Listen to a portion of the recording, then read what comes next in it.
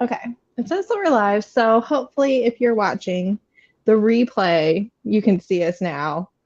People on YouTube probably cannot, but that's okay. I'm going to see. Does anybody have it?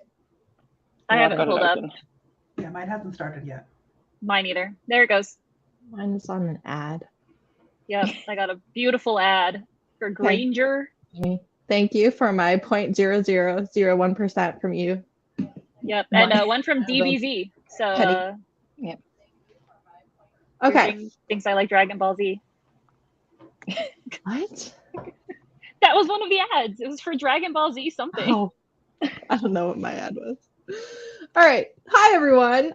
If you're watching the replay, thanks. And if you're here live, yay, thanks for joining. I am hoping that the chat can participate pretty well in this. So I have like so many rules. I have so many things to try to make this like work as a live. Do I need to take notes, Heather? Video. So no, I feel like it's solid common sense stuff. But all right, so we're going to do guessing books based on 1-star reviews because I didn't want to have it be where you had to make sure the person had read the book or anything, because even if we made it books all 4 of us have read, then that leaves out the chat, like they might not have read it.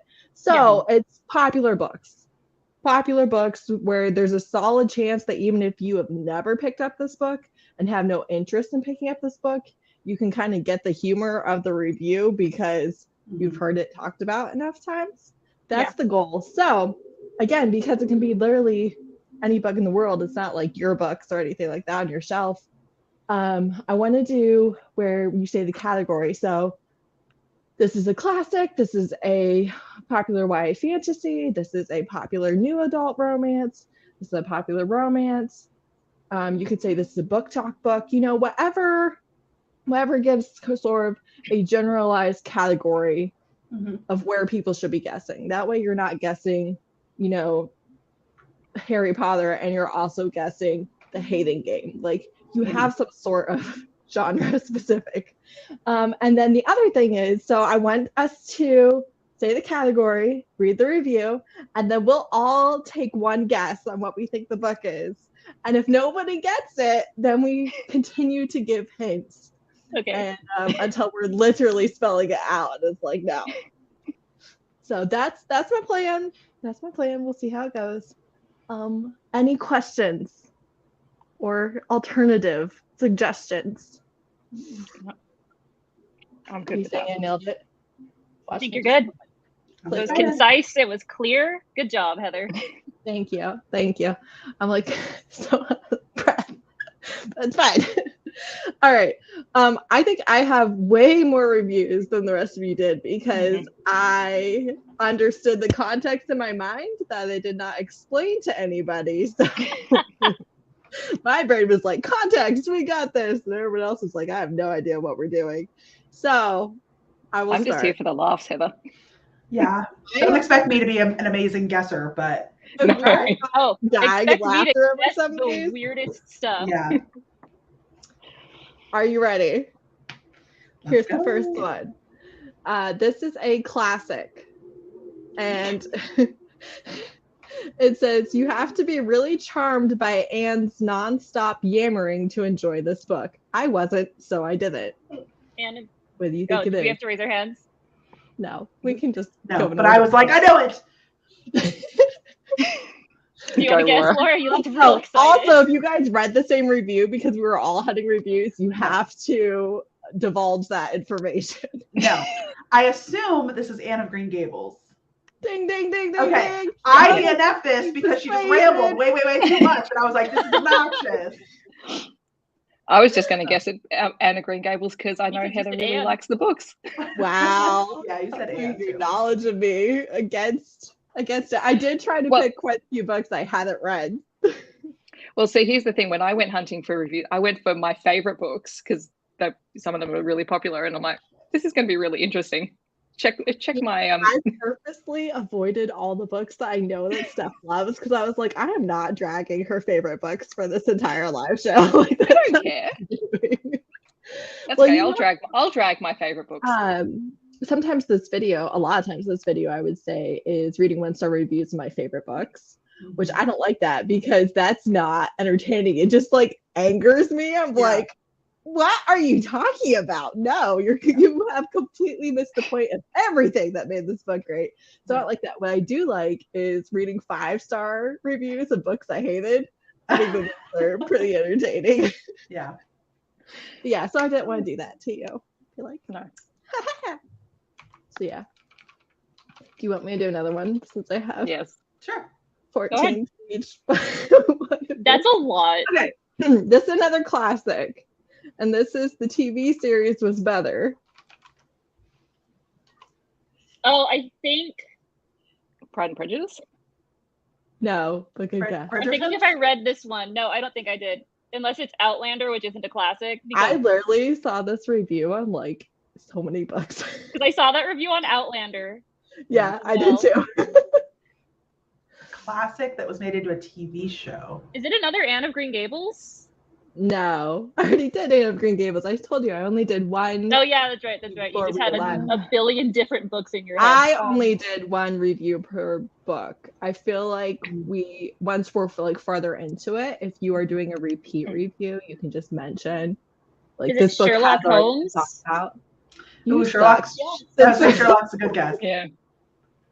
Well, Persuasion was a good guess too. Yeah. I feel like Persuasion it has not been made in a TV series. It just got released on Netflix. Yeah, it's brand new. It's not the TV series, it's a movie. And I've already watched it twice, and it's amazing. I do not care what the people are saying. The people are wrong. I haven't seen it. I haven't watched it. I've been getting YouTube videos recommended to me all the time, like constantly, how they ruined Persuasion, what's wrong with Persuasion. I'm like, fuck all of you. It is perfection. I do not care. Go away. So there's that. That's my opinion. But so wait, are we still guessing or did I get that? I can't remember. You got that. It was Sherlock Holmes. I did. It was Sherlock Holmes. Okay, my brain like stopped working for a second. I was like, wait. Is it because I talked too long in between? That was a good adaptation. I think also everyone talked at once, and so I wasn't sure what everybody said. Yes, you were right. Congratulations. Okay. All right, I'll do one more. Okay. And then each of you can do one, and then I'll probably do like 3 more in a row, just because I have more than you do. That sounds good. Okay. This is another classic-ish. Classic-ish. It's a classic of its genre, we'll say. So we don't get its genre, we just get it as a classic. My brain went Dune. Fuck, this is just too mind-numbingly boring for me. I want to say that I understand why this book is so influential and beloved, and though it made me puke my guts out, I can see and understand its importance, but I can't. This book is boring and sucks so many dicks that it should be retitled The Fellowship of the Cock Gobblers. Oh, I love it. The Fellowship of the Ring. Lord of the Rings, I love it. Yeah, The Fellowship of the Ring. You're right. All right. Fellowship of the Cock Gobblers. Very nice. Very nice. I love it. Oh gosh. I just need to know which one this was for. I think it was for the classic of the genre. Yeah. That's a good guess. Very nice. All right, Steph, what have you got? All right. Okay, this one is a paranormal romance. Just got to move it on my screen so I can see it. Okay. I was excited at first at the prospect of characters with Vulcan traits meeting shapeshifters, but it isn't doing it for me. I was skimming by chapter 2 and felt no compulsion to pick this up again. Made myself read another 2 chapters of nothing much. Boring. I don't care about the main characters or their inner monologue, blah. She's constantly worrying about her own inadequacies. He's disrespectful of her boundaries and personal space. If I was her, I would have punched him by the second time he touched me without invitation, especially after I told him not to. Pulling her plat. Is he 12? Is it Nalini's thing? Is it Slave to Sensation? It is. Oh, dang, Megan. I heard Vulcan traits mixed with him, Yeah. and I was like, oh, okay, I know what that is. We did 2 years of live shows for it. I hope I know what it is. 2 years of live shows. Nailed it. That was pretty good. Well done, Megan. Thank you. All right, Megan, what have you got for us? It's real short. It is a childhood classic. 1 star. No vegan option. Twilight.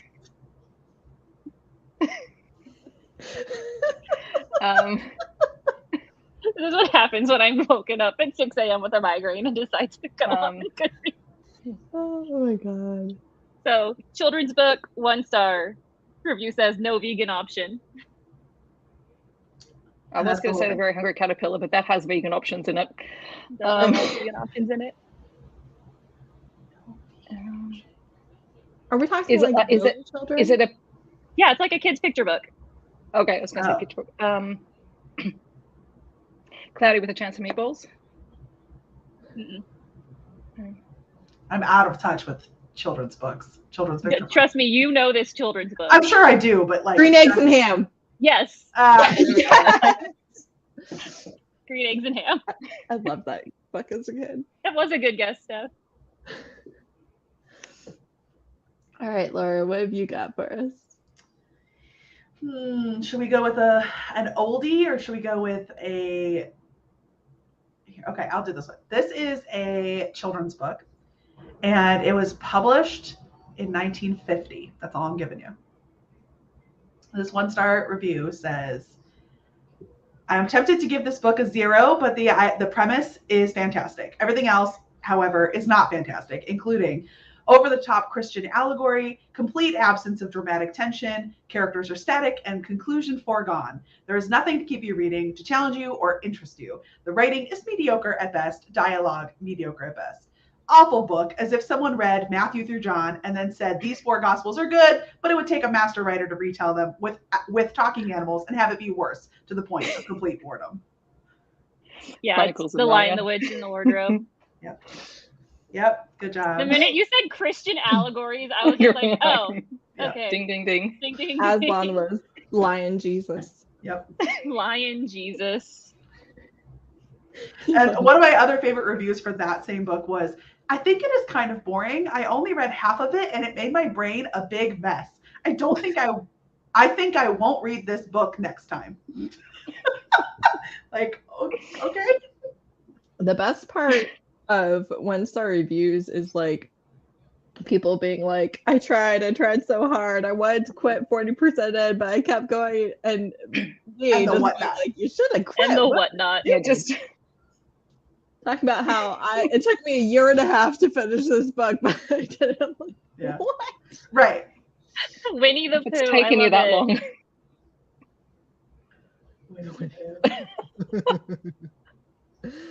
If I didn't have the context of published in the 50s, I probably would have gone Northern Lights, but no, my brain still went guessing. Lion, Witch, in the Wardrobe. Yeah. Oh yeah. Exactly. Embrace the rock. Okay, this is a popular romance.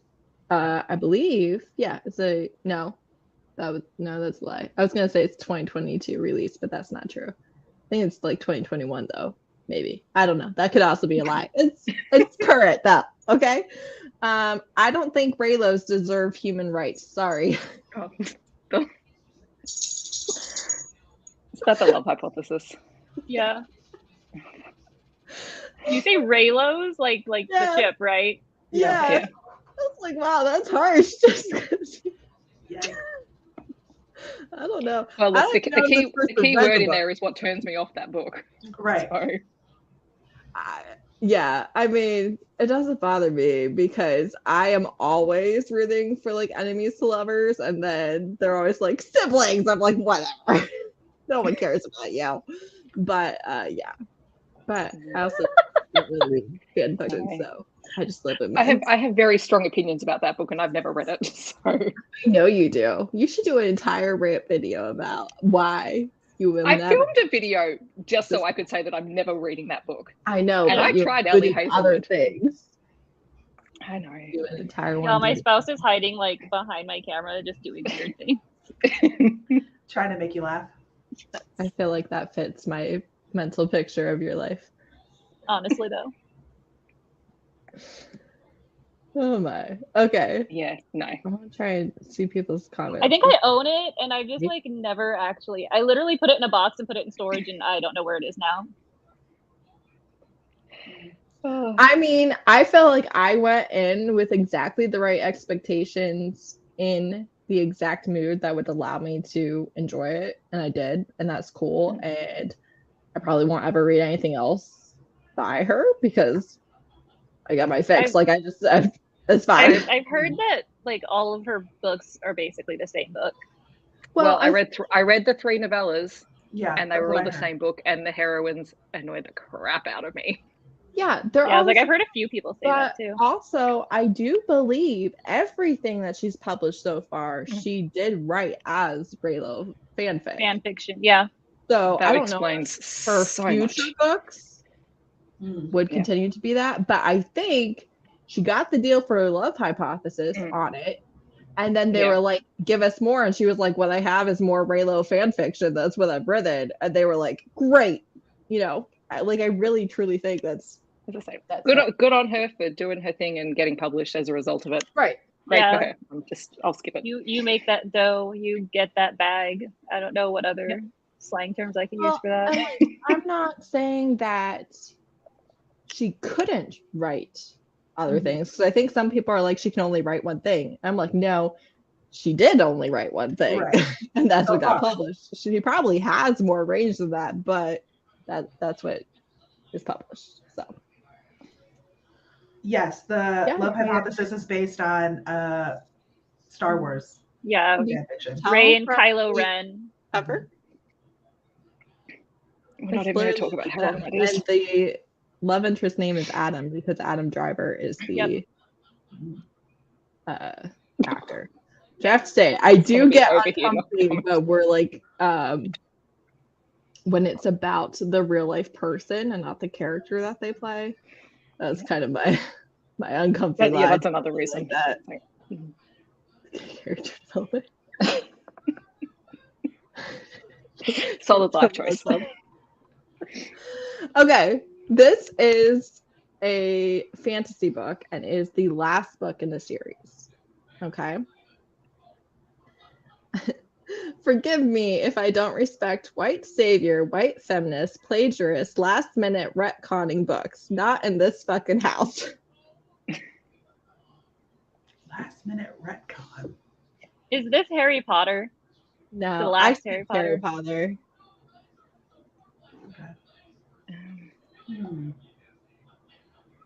It's fantasy. Oh, definitely fantasy. Okay. Mm-hmm.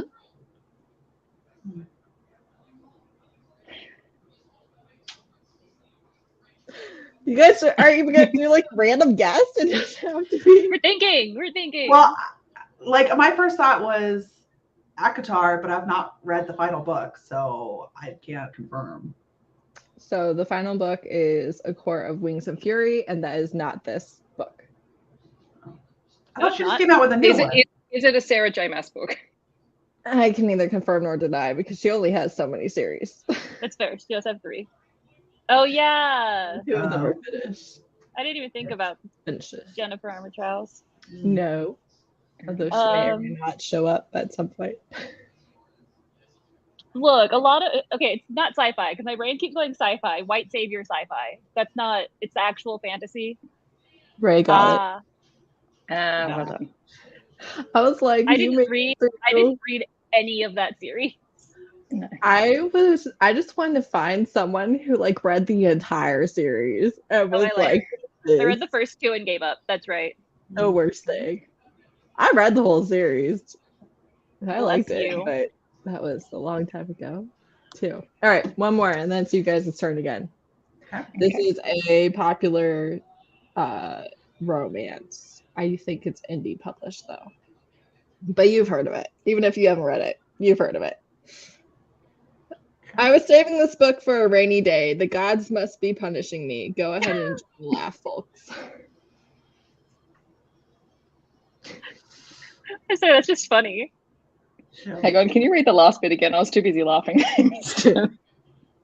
The gods must be punishing me. Go ahead and enjoy a laugh, folks. You said, it's nothing Colleen Hoover, right? Because she's a trad published. Yeah, this one's not Colleen Hoover. Okay. I don't know though. I need more hints. Yeah. Wow, you guys aren't even gonna give me a single. I'm Priest sorry. is a Let good me guess. give you a guess. Okay. Is it Den of Vipers? Not Priest. It's not Den of Vipers. I'm trying to think of more indies. My brain went to the Never King because we just read that one. I feel like if Sarah J. Maas doesn't immediately sound like your perfect read, no, don't do it. if you're not immediately sold, it's a no. Morning Glory Milking Farm. No. Ice Planet Barbarians. All right, Megan, you're done. Other people. Well, you said it was current romance or was it contemporary? It's contemporary, though. Contemporary. I don't think I said either of those.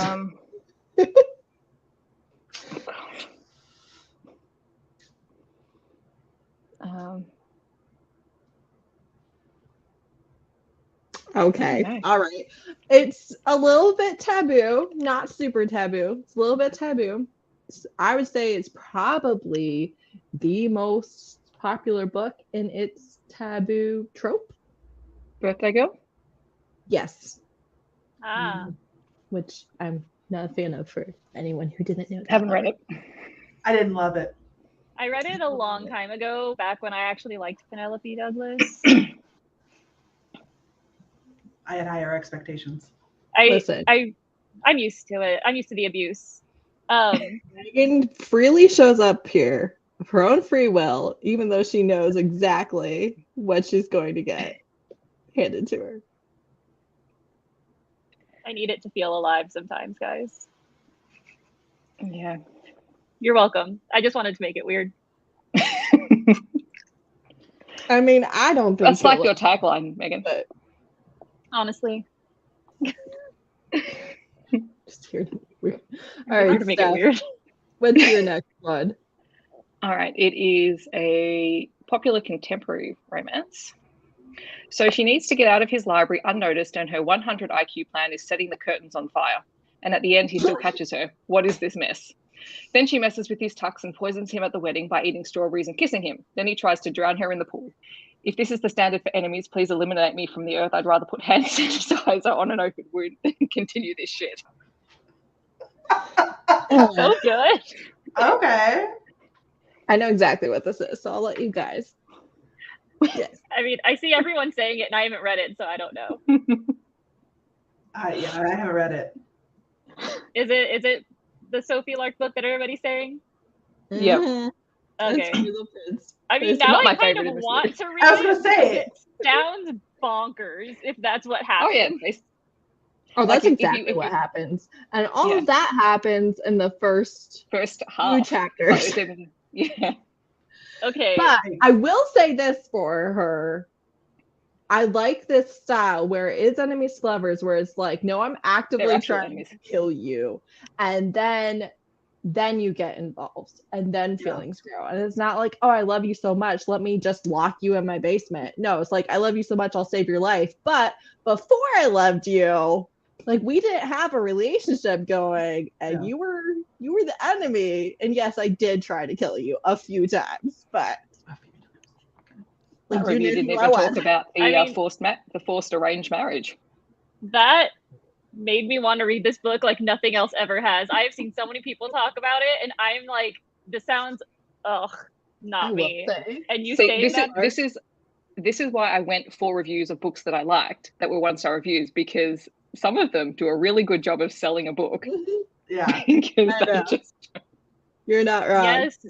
Do a drunk book review, please. I would love that. That would be a good one. And then like send it or tag it or something, and I will send it out to everyone. I mean, you could just subscribe and watch all of her videos, and then you would know. But it's fine. I agree. It's fair. I think this was my favorite review that I found. Just like, this is great. Following now. I thought, let's see. She did. It was she wanted like a tiny fire, and it didn't really work out for her. But also, I was just reading that scene like, I don't know if I can read this book because I do feel like you're too dumb to live right now. Like we got some growth, and I was like, okay, thank God. Wow. And subscribed. Okay. Anyways, well, I've tried to say like 18 times, and people just keep talking. I don't know why. I should have done a solo live show, so it's just the sound of my own voice the entire time. Sophie Lark has like strawberry merch, which I think is really clever because I love that. Oh, just trying to kill the strawberries. Okay, I have subscribed. We are good now. We can move on. Is it my turn? I think so, yeah. Yeah, go for it. Okay, this is the last book in a middle grade series. The ending is trash, and so is the author. 1 star. Harry Potter. Do we hate the author? I was gonna say, yeah. It's Harry Potter. I was trying to find one that didn't outright just say turf, because they all literally, like, there was nothing but saying turf. I was like, okay, I need something. Where is that review? I want to go like it. Harry Potter and the Deathly Hallows. I just looked. Sorry, I never actually finished reading that series because I got to book 5 and hated it. That's right. I finished reading them as an adult in college, so. I read them as an adult because I wasn't allowed to read them because witchcraft. And then, okay, listen. You all know that I'm from very conservative evangelical upbringing. I heard so many sermons talking about how Harry Potter used actual spells from Wicca, like the Wicca Bible, and like actual witchcraft. And then I read Harry Potter, and it was like illuminating. Sunshine, like, Daisy, butter, mellow, turn the stupid fat rat yellow. That is exactly what all my Wiccan friends say whenever they have pets they want to change colors. Exactly. So, you know, but I don't actually do anything with it now because she is a garbage human being. Moving on. Yeah. All right, you ready for me? Yep. Mm-hmm. Okay. Yep. This book was published last year. Romance. This says, got lured in by a few tweets and TikTok videos promising a smoking hot modern day retelling heavy on erotica. Yes, I will clickbait anytime. I finished this book with the feelings I had just read a poorly plotted mafia romance, the only mythology elements being the characters' names and the only other main characters would implore during a screaming orgasm. Sigh. Neon Gods. Neon Gods. Yep. I know this one. Yep. My brain had to like go between Neon Gods and Touch of Darkness because I mixed both of them because I read them right after the other. That was bad. Bad idea. Mm-hmm. Yeah, no, don't do that. Yeah, that's exactly why I won't ever do like I read 5 Hayes and Persephone blog or 5 Mafia because by book 3, like I don't like it. It might be a really good book, but it's book 3 of me reading the same thing. Yeah, I think we Izzy get did it. do, Hades and Persephone, we get it. I think Izzy did do all Hades and Persephone's, and I was just like, good on ya. Izzy and did. I could not. Yeah.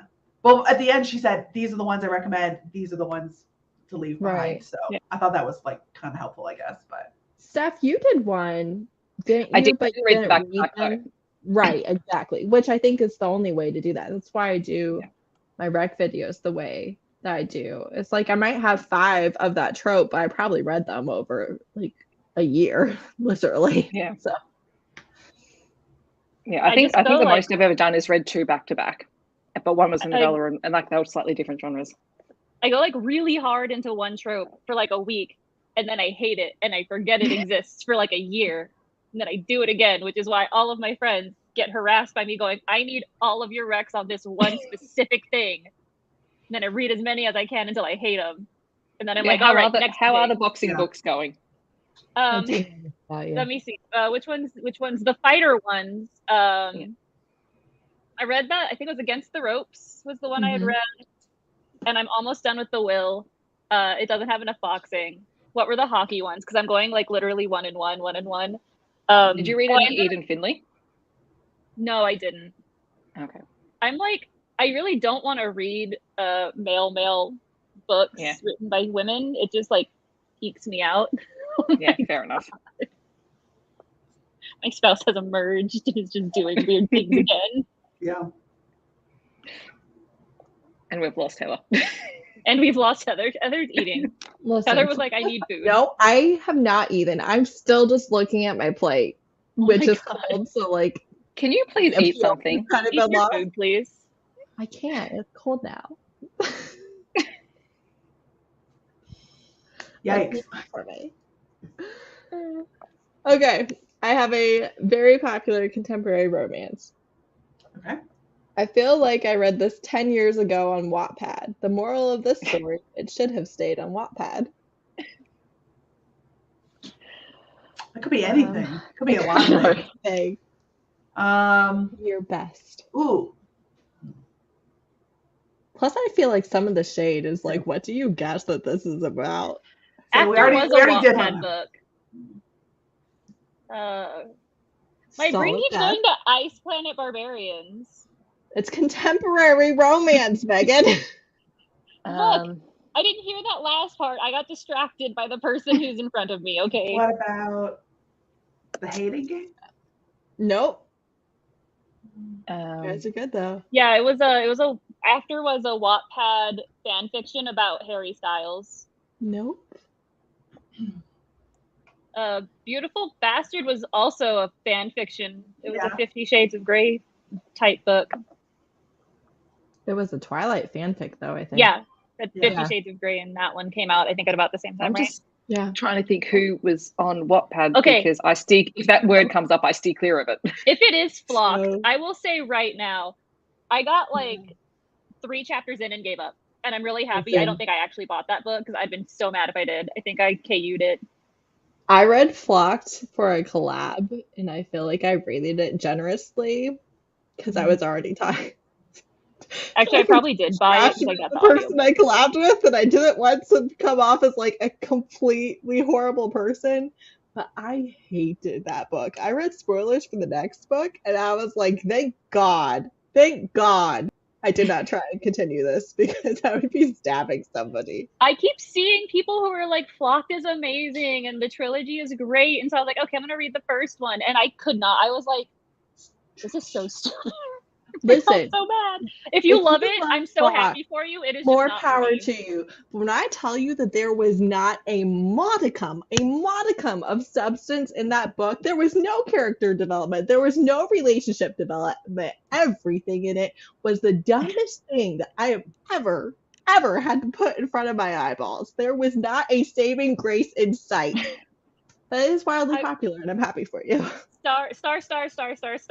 Heather and I's opinions are entirely our own, and if you enjoy this book, more power to you. That is the power of subjectivity. And I feel like if you need that disclaimer, probably chances are wouldn't be on good Heather's you're going channel. to unsubscribe from me fairly quickly anyways. You probably would not be on Heather's channel.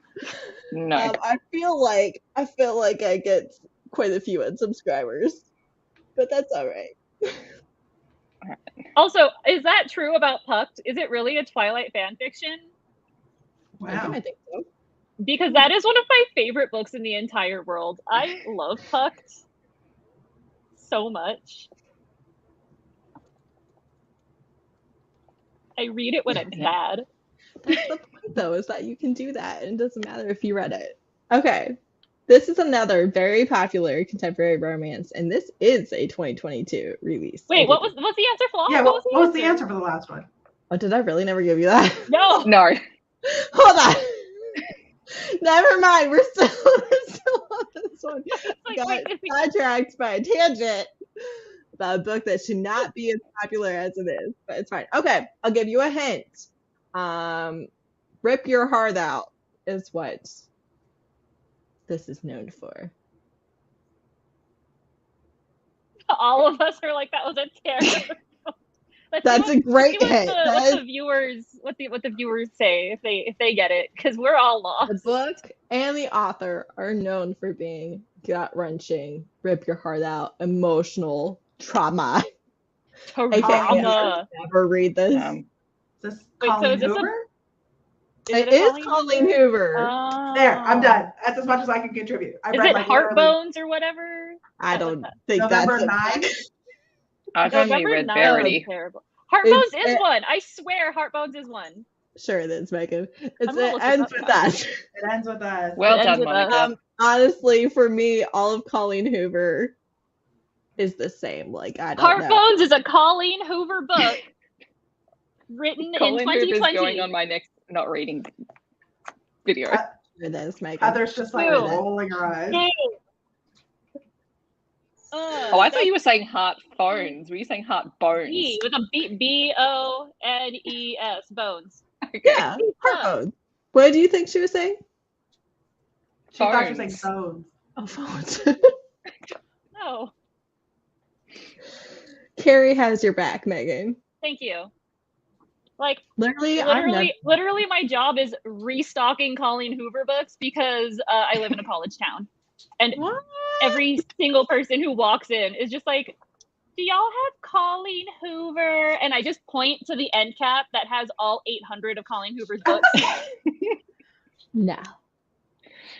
we just get boxes and boxes of Colleen Hoover books, Wow. and then people are like, "Which one's your favorite?" And I'm like, It's just so hard to pick. "No, so like, well, Just I mean, Which cover I appeals to usually you the say most? this is the one that's popular." Yeah. But Yeah, I'm like, well, yeah. this one's really popular, or this is her newest one. Those are the things I say because I don't like Colleen Hoover's books. I Yeah. read Verity and I read November 9, and I was like, I'm good. I was I'm done never after reading. Verity. I read And then- November 9 first, so I thought Verity would be good, and nope. It was Verity, all right. I feel like if she is marketed to you correctly and that's what you want to read, then like go for it. But for me, Yeah. I know I don't like gut-wrenching, hard-hitting contemporary. I don't like Yeah. that. So why would I Yeah. read the literal every review as I sobbed my eyes out? Like Yeah. that's I mean, clearly like- not for me. She writes a lot of like new adult contemporary romance, and college kids are new adults. Right. So like I feel like it works for that demographic. Yep. Yeah, So makes sense. I every time, do you have No, Colleen see, Hoover? At this point, I'm like, it's over there. Once upon a time, I did live in that age bracket for 4 years or so, and I was never going to be the one that was like, I need a book to make me cry. I can do that on my own. Yeah. Just ask me. I can go for it. It's not actually, I cannot cry on demand. But if you give me like anything, if you start crying in front of me, I'm crying with you. I'm an emotional. You're a sympathetic crier. Thank you. Look. I'm a sympathetic crier. I am Bertson Gester from Psych. I can't hold it together if your eyes are like tearing up in front of me. So like I don't need and the mom died to No. make me cry. Like I'm already on the verge over here.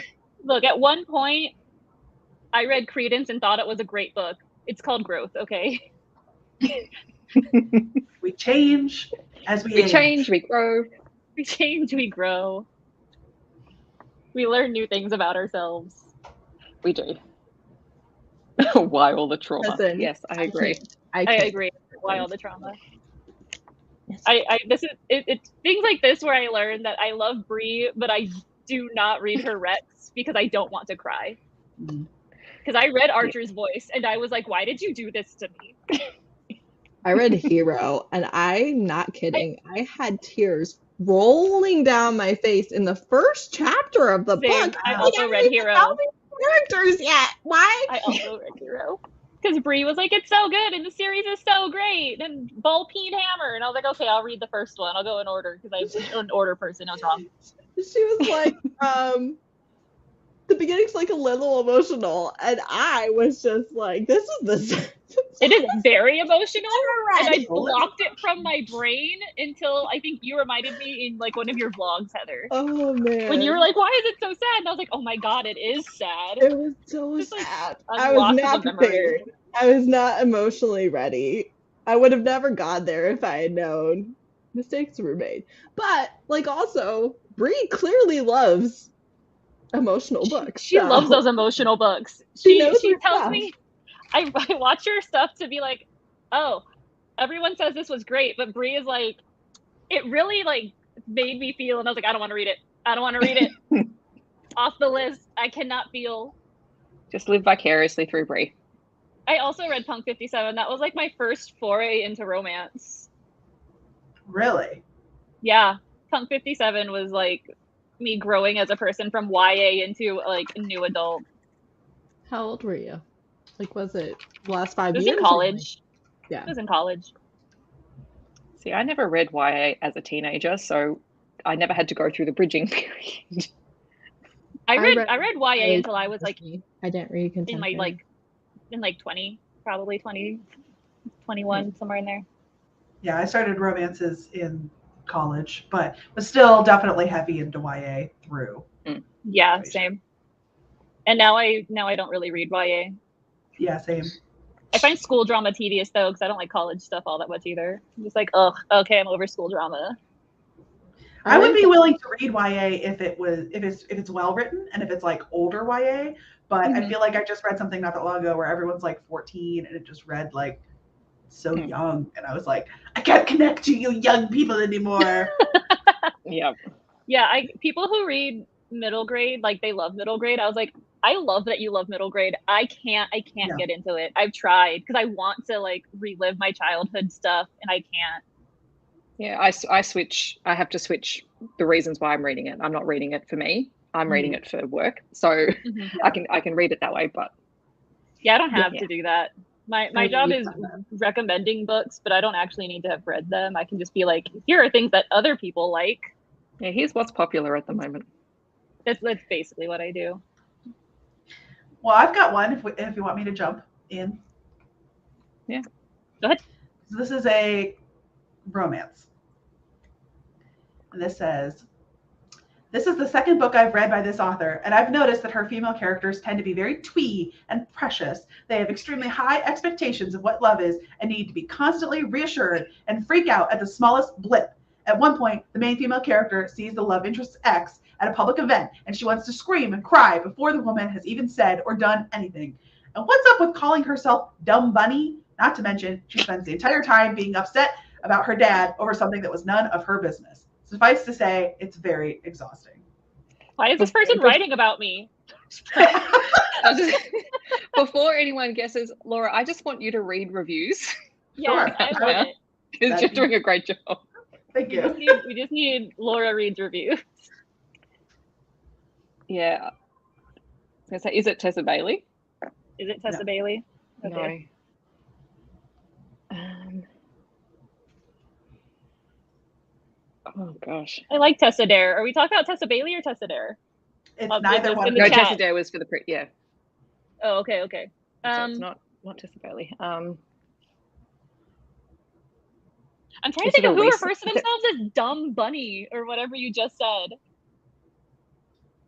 Is it an adult romance? Not like a young adult romance? Okay. Thank you.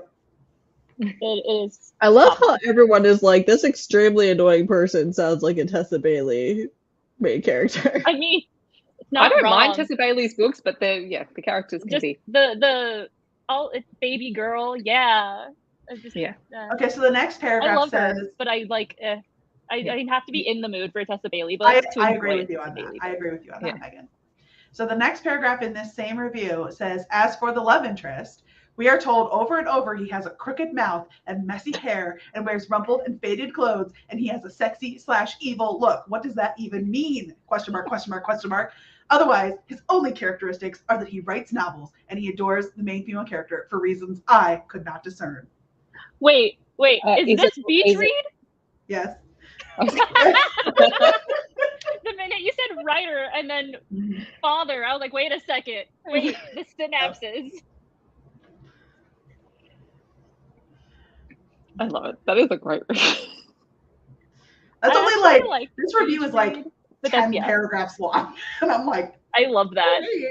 Someone really passionately did not like Beach Read. That's right. That's great. Yeah. You should just do a video reading 1-star reviews. I love that. Yeah, I probably will someday do the like read 1-star reviews of my favorite books so that I could immediately be like, excuse me, point by point by point. This is wrong, you're wrong. Mine will just And be, now that this is- I've told you this review, here's my PowerPoint.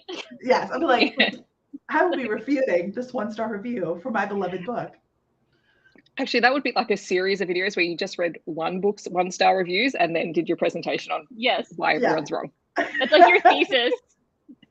That's your attention getter. And then in this essay, I will be. In this essay. In And I would video call essay. people out. I would call people out too. I'd be like, Katie said this, you know, and I'd be like, it'd be some stranger I don't know on the internet, you know, and I'd be like underscore hot mama with 3 M's underscore, you're wrong. I would watch those. I would watch those so hard. Oh my god. Heather, you've started something. Oh my god. Listen, I love to be the source of all things. I know you do. Please go for it. Okay. I think I have one. If we want to go backwards, basically. Or Sure. I mean, we all know how much I love that, but yes, proceed.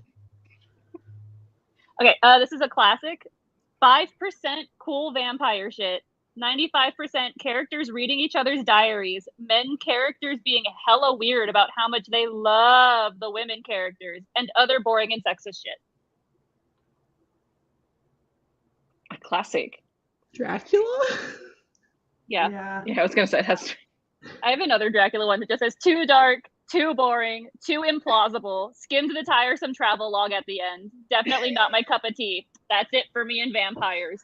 This turned a person off of vampires entirely. Forever? That's extreme. Forever. That's it. Dracula is me a vampire. This is why she's the worst. I also feel like Laura should do this, where she does it for books that she hates. Yeah. Because let me tell you, it would be painful. It would be pretty sarcastic. I would watch the shit out of that video. Yep. I would like immediate click. Yep. Okay. Good. You know, if you're looking for video ideas, I'm just saying, I would watch you do that. All right. Steph, do you have one? I do have one. I have one, and then I have a second one because the first one is, well, it's interesting. It is a historical romance. Okay. Beauty and the Beast meets Cinderella, meets Tangled, meets Phantom of the Opera, meets Bridgerton, meets Batman and Robin. Yes, seriously. Can you run through that one more time? What was the category again? Historical romance. Historical? Okay. Beauty and the Beast meets Cinderella, meets Tangled, meets Phantom of the Opera, meets Bridgerton, meets Batman and Robin. Yes, seriously. And I do have a second. I have a second one. Is this Sarah McLean? It's not Sarah McLean. Is it Tessa Dare? It is a Tessa Dare. Oh, is it the one I haven't read? We don't know. That's the title. The one I haven't read. Yes, that's the title. By Tessa Dare. I couldn't even finish this book beyond modern wordings or phrases. Insurance fraud, shallow personalities, quasi-rape, definite infatuation that shouldn't have been labelled love, and a half-naked man that just got out of jail dancing in the middle of a crowded ballroom during the Regency era. Do you want to start a scandal? No. Okay. That was the one I haven't read. That's why I was like, I'm like going through Tessa Dare books, like looking at the title. I don't think I've read this one. See, I've only read like 2 of hers, I think. I read a lot of hers. That's why I'm just like, what is this? Like 4 or 5. The like Batman and Robin is throwing me though. I'm like, that's why I thought it was that one, because I remembered that it was like, oh wait, Is it Castles Ever After? No, is it the novella? Crap, what is it called? Give me a second. Going back through the series. Let me check the series. Is it it's not a Night to Surrender. What is? No, it's not a Night to Surrender. Upon a Winter's Eve. No, that's the only other one I could think of. That was Batman and Robin, because it was like a spy or something. No, it is the first in a series though. It's not Romancing the Duke. Spindle Cove. Nope. The Duchess Deal? It is the Duchess Deal. It's a what? Like, I literally just started reading off the number ones in series from Tessa Dare, because I was like, what? I'm sorry, I've read that book and none of this sounds familiar. Yeah, I was like, I've also read that book. Apparently, I gave it 4 stars. So apparently. Yeah. I read it like a long time ago. I think I read it too. I don't What? remember any of that. Yeah. Me either. I didn't write the review. I remember her. I like how we're like, explain Yeah. yourself, Steph. And I she didn't real. write the review. yeah. I'm more like, explain yourself, whoever wrote this review. I'm like Yeah. now reading the synopsis. I'm like, did I just forget what this book was about? I don't think so. Like, I swear to God, I don't think so. Like weird. he has like scars or something. Yeah, but he's a scarred Yeah. hero, right? That's yeah. Phantom of the Opera bit. And his Yeah. fiance like is like, no, I'm not marrying you. And then the dressmaker shows up with like, hey, you need to pay me for this wedding gown. And he's like, haha, I'll marry you because otherwise I'd have to go and put effort into it. Yeah. But also, the reason why I actually really enjoyed that book is he would be like so grumpy and he'd be like, Yeah. oh my God, here we go. We get this like ridiculous conflict. Like, don't get your feelings hurt. And she would be like, okay, so I see you're going to take a minute to process what you're feeling emotionally. I'm going to go get a sandwich and like, we'll discuss this again another day. Like, she was just like so chill about everything. And she was like, it's fine. It'll be I was like, okay. I like that one. I really enjoyed that book. But yes, the review makes no sense. Right. That's the one Which that we're is still why I waiting picked for it, book because 4, it right? doesn't make sense. You're Yeah, so the girl soft. needs to do Process of series. who was naked in a ballroom. Yeah. Still waiting for book 4, Tessa. Same. I Yeah. don't Keeps pushing remember back. this part of the book at all. Haven't we been waiting like 2 years? Yes, she keeps pushing it back, and I'm like, I saw on Twitter she said about going to conferences or whatever, I think a Polycon.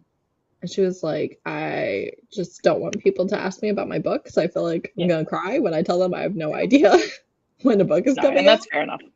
So I would like it, but I'm not going to ever go and harass I'm her not like because of attacking Oh, no. her personally, like on her Instagram or something. I'm just like, in my head, It would I'm be like, nice. please. Right. Yeah, no, I'm not saying you guys all. I'm saying she's saying she wants to go and meet readers, and she knows they're all going to be like, Where's your book? book? Where's the 4th book in this? Where's the And final that's- book? And I feel for it. That really sucks. Right. Be patient, people. But yeah, The readers also should be, considerate and be like, I can't wait for your next book. I would be so happy. Not, when is it? Where is it? right. Yeah, I'm looking forward to it. When it comes out, Give me I your will be book. showering you with love. Right. I saw someone, I think it was Taking the Leap by Kristen Ashley, which is the 3rd book in a series. And this person gave the book a 1-star review because it's not in here, because it wasn't the couple that she wanted the book to be about. Yeah. And I was like, but you knew You who would the have known that couple before you when picked it up. started them. Like, you saw the names on like page 1, right? Like, Oh my god. I Some thought people when give like 1 stars for like without even reading books though, Yeah. like all the time. They're just like, 1 star. This cover sucks.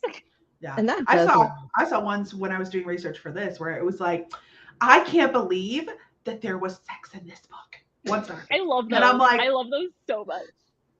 Oh, okay. Yeah. What did you I think think I of have a reading? couple. Although Yeah. I was looking for a romantic suspense today, and I was like going through, and I keep seeing a book whenever I shelve books in my store, and it was called like Thin Ice, and I was like, okay, this one's intriguing me. It has like a ice skater, figure skater on it. I'm in my skating era currently. Like, let's see what it is. And then I saw the tag said Christian romance, and I was like, hard pass next. Not for I me. know. Okay. Like that's all I needed to see, and I was like, I feel bad because I was like, oh, this looks interesting, and then it said Christian romance, and I was like, You don't need to feel bad though, because It's you writ- know it's been written if you for- read it's the been- book, you wouldn't like it. Different It's been strokes written for different someone, folks. yeah, not you. That's fine. definitely. It's just like if you don't like mint, you don't get peppermint patties or chocolate chip mint chocolate chip ice cream, or if you don't like spicy things, you're not like, oh, let me get this flaming hot Cheetos. Like you're Now not I gonna want like peppermint it. ice You know cream. your Very review of true. it is going to be, I don't like this. You don't have to feel bad about then avoiding it. I Yeah. just compare all of book reviewing to food. That's how it makes sense in my head, okay? Fair enough. It's fair. I need to start writing down like weird interactions I have with customers and just doing like reels or shorts because I get Do some it. weird Do it. stuff from people. That would Or be like solid. lovely old ladies who come in and they are like, I'm old. I don't care if you judge me. I want this exact romance trope. Where is it? And I'm like, I have never read that exact trope. Booktube. What? I interest you in watching Booktube, where they do whole videos telling you. I don't even think you would find a video on this exact trope this lady was looking for, honestly. You're so welcome. I wish that I would have kept like a daily journal when I worked at Dollar General in West Virginia. Like, oh, I still have some weird stories of my kids in Korea. Like, it showed me that regardless of where kids grow up, kids are kids, man. Yeah. And kids are freaking weird. This is true. I'm glad you figured that out. It's better though when you don't speak the same language, because then they pantomime everything way more often. Even when you get it, when you're like, okay, yeah, no, I get what you're saying, and they're like, no, teacher, and then they keep going, and I was like, no, yeah, we've done this already, and they're like, teacher, and then they keep going, and I'm like, are we done? You're welcome. I knew 10 minutes ago you had to go to the bathroom. I said okay. Monica, I want the title of that book, please. Interesting. Okay, this is a contemporary romance. This is the one that is a 2022 release. DNF, this was the most mid book I've ever had the displeasure of reading. The most mid. I love it. It means that it was like mediocre at best. Yeah. Okay. Pathetic. The 2022 release. It whelmed me. I was not overwhelmed or underwhelmed. I was just whelmed. Just whelmed. Is it? You said contemporary 2022? What came out this year? No one knows. I don't. Is it an Ana Juan book? No. Tessa Bailey?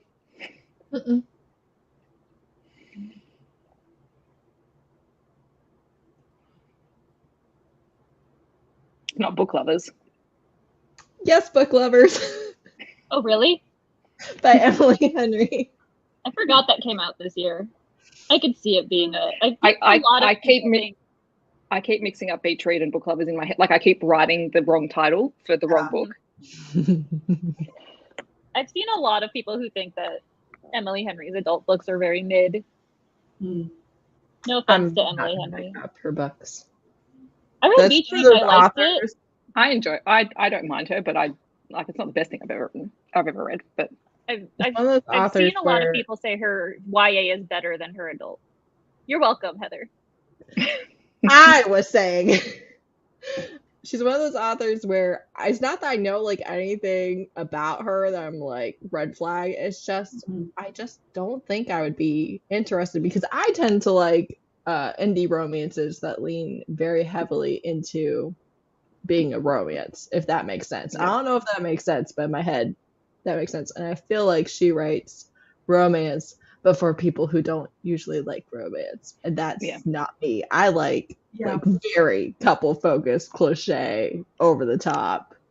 Her romance leans more women's fiction, right? Which is not my thing, like at all. All of her books whelm me. I do feel like the concept, like I feel like all of her concepts are really interesting. She has some good ideas. Okay, this. You wrote People We Meet on Vacation, right? That's the weakest of her books. Yeah, I did not. I'm trying to remember if that was her, because I get her and Sally Thorne's books mixed up now. Yeah, they both sound very similar. Yeah. I think both their mid books were very much not at the same level as their first books. Okay, this is a paranormal romance. The most I can say about this is that I brought it on myself. I brought it on myself. Wolfson? No. A Hunger Like No Other. No. Blackdecker Brotherhood. No. I feel like I'm projecting a little. What'd you say? Wolf Gone Wild? No. Brought it on. I'll give you a Twilight. not shifter or vampire. Not shifter or vampire. Payback's a Witch. That's the fairly new book. I remember. No. Hmm. This isn't a new book. Hmm. Ice Planet Barbarians. I thought that's sci-fi. I would say sci-fi. Is it I Ice would Planet say- Barbarians? I would argue that it can definitely be sci-fi. Yes, it is Ice Planet. But I didn't want to be Ice like Planet Barbarians is sci-fi. Yeah. It's sci-fi, not fantasy. They're not. Yeah, paranormal. in the It's on the elements of Goodreads paranormal. page, it frequently has that tag of paranormal romance because people shelve it that way. First of all, it's paranormal romance. It is a romance with a being that is not human. But also, It's an alien. It's sci-fi. I didn't want to say alien because Ice Planet Barbarians is the immediate top of mind alien book. So So you guys would say So you're that trying to confuse Alien- everyone by not giving It was a more correct general category. category stuff. It was still an accurate category, but it was more general. I need to Paranormal tell. is a subset of fantasy. Sci-fi is its own category because they're very I didn't say different. it was fantasy, woman. I said it was paranormal, and paranormal links between the contemporary, the fantasy, and the sci-fi. Next time, go with depending speculative. on the paranormal Speculative. things. Apparently, Heather has If feelings. you want a bridge, go Evidently. speculative. I would just like to say that one of my friends on. read. Go ahead.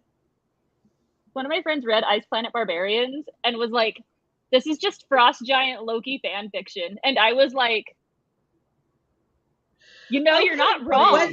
But what's bad about that? Nothing. Like, I just hadn't thought about it, and so I was just like, Oh, that makes a lot of sense. So just for clarification, you would put like alien romance under sci-fi and monster romance under paranormal, even No, if no. they're. It depends. It depends on the specific book. So Alien, I would argue, can be paranormal. It can be sci-fi. I would argue it can be fantasy a little bit depending on the world. Sometimes it's like this is a fantasy setting, but it's on a different planet, But monster, to me, the difference between paranormal and monster romance is the physical characteristics of the love interest. So I feel like there's kind of a line between, like, you view them and they're mostly humanoid, or you view them and you're like, I don't know, like that doesn't really feel humanoid to me. Although it does have to be humanoid, like it's walking on two legs. You've discussed that. You went real in depth with that. Just saying. I'm just going to respectfully disagree with you and leave it at that. Crossing. But anyhow, yeah. Interesting. I mean, I feel like the main difference between paranormal and monster is monster, you would never mistake them as a human, and also it's not like just an alien with a different colored skin, but everything else about them is pretty humanoid. No, it's like they have like claws that don't detract into human fingers. Like they have claws all the time. They have scales all the time. They have. So where would Radiance go in this? Radiance is fantasy romance, but also I would argue that it's fantasy romance. That's exactly what it is. Okay, so what do you define as fantasy? If I was going to put it in a category between paranormal and monster, I would definitely put it in paranormal. It's not a monster. It's just another race. And he has claws that don't detract. I know what he has. He a literal perfection, okay? I will not be listening to this slander. To me, monster romance is like a subcategory under paranormal. I would think that too, yeah. That's how I see it. For me. Yeah. But I think it can also, depending on your context, can be a subcategory under sci-fi, but it's very specifically not paranormal in that case. It's one of those things alien where monster. Like every monster isn't the person, it's the but not every paranormal is monster, Right. Like yeah. Monster is one step further. Yeah. Yes. As long as they're bipedal. You can't have any quadrupeds. Quadrupeds are a no-go. Listen, it's not even just like the multiple limbs. You can do the multiple limbs, but if if it's literally like the form of an animal we have on Earth, I am just Never ever and read never read Anita Blake series at all. No, Oh I my didn't. God. Or no, I didn't. I DNF'd the first book. It was a different one that I was traumatized by tentacles in the stomach. That was a mistake. Oh, you read Meredith Gentry. Yes, I did. That was my first ever like multiple partner thing. And also like I did not have the resources that are currently available to me. Like I didn't know where to get recommendations. I was literally just going on Goodreads and like picking paranormal romance and like scrolling through the See, I read that in my teens, so that's where I got started. I got like 8 Clearly, books look at the into rabbit hole Anita I've gone Blake. down now as an adult. I just remember being like, then I I am called not a attracted to psychiatrist. this. I got 8 books into Anita Blake and called a psychiatrist because I realized I'm reading them because I hate myself and this needs to stop because those books aren't good. I read the like worst. 1.5 or maybe 2, and I was like, I can't do this. I was like, I cannot watch this creepy 12-year-old, 1,000-year-old vampire girl anymore. Like literally, just how do I feel about myself today? I need to be punished. Another Anita Blake book it is. No. See, a lot of it was literally that there wasn't enough romance, and I was like, okay, I'm not putting up with all of this for nothing. Yeah. And in this video essay, I will explain. I feel like we've all got video essays coming out. Stay tuned. My content is planned through November, and I'm just like, do I want to do all these videos? I feel like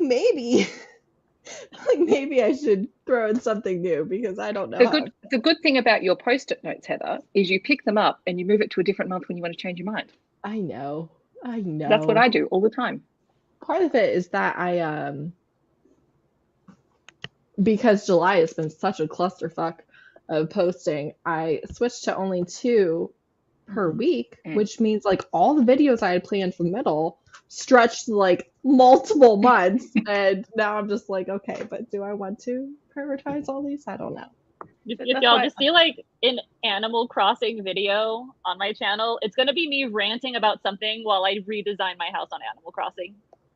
Because I don't want to have to like look at my weird face making weird faces while I edit. No, that's fair. It's like a podcast with a visual element. Yeah. Mm-hmm. And I've been really into Stardew Valley and Animal Crossing. I just keep switching back and forth. About a year ago, I was doing a like diamond dots painting, and I really wanted to rant about the book that I had just finished because I'd like finished an audiobook and was like, and I was like, but I didn't want to film me like my face. And I was like, I wonder if I put up a video that was like 20 minutes of me just ranting, but like the only visual was just me being like, boop, boop. I'd watch that. Boop. You would? Okay. Because I watch people do voiceovers while they're playing games all the time. Yeah. Well, but sometimes the game is like actually something like entertaining to watch. I don't know. I can't. Animal Crossing is people running around. I know. Like collecting dumb things. I know. I can't tell you the number of times I've put people's videos on, and I do it all the time. And I just have my headphones in and I'm wandering around cleaning and things like that. And if I need to go and check the visual, I'll go and check the visual. I just listen. Right. So. Yeah, I'll log into my YouTube Premium subscription so I can like lock my phone and it's a podcast. You're welcome, Heather. This is my revenge. I feel like Megan was just like, let me come in guns blazing. Let me just make sure I'm never invited on here again. And then in the meantime, literally the reason why Megan's on here was like, what is because Megan was like, I want to do it. And I was like, okay, so Megan's in. I have to put her in. Stuck with me. Mara from Books Like Whoa, she did like a very long Jane Eyre video essay. And the visual for it the entire time was her doing a watercolor. Like it was just her watercolor painting. You didn't see her face or anything. So like I think it is a good concept. Okay. I should have done that for the Storm Echo video I filmed this morning. What? It's long. I don't want to edit it. Don't worry. Don't mind me. Moving on. You did, right? You liked the book? I filmed it. Now I have to edit it. Why do I do this to myself? I don't know. You're very dedicated to this series. You are. Anyway, moving on. Cross stitch. I would watch cross stitching too. Hasn't I it do been love- like I love a year cross-stitching. since you did the last one? Sorry. Hasn't it been like a year since you did the last? I know, and I've forgotten how to do them. This How to is do the what? problem. Okay. Alyssa, Side I don't tabling. know how to say your name. I don't know if Alyssa's is right, so correct me if that's wrong. But I would argue, because clearly I wasn't going to let this go, which is why I have the comment highlighted. I would argue that yes, Alien can be its own separate subgenre, and it definitely is in romance because we have so many alien romances now.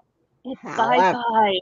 you can still stick it under paranormal if you want to. Science fiction. And you can also stick it under sci-fi, arguably, if you must. You must. If you must.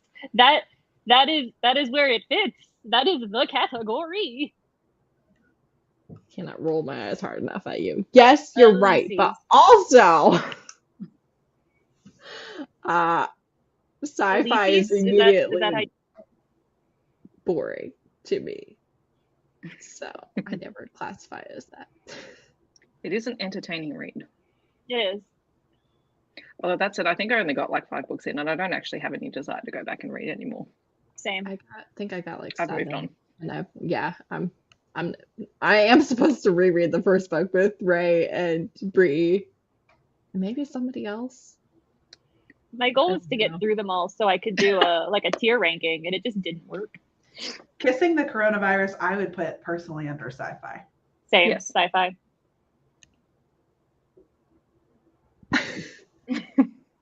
Excuse me.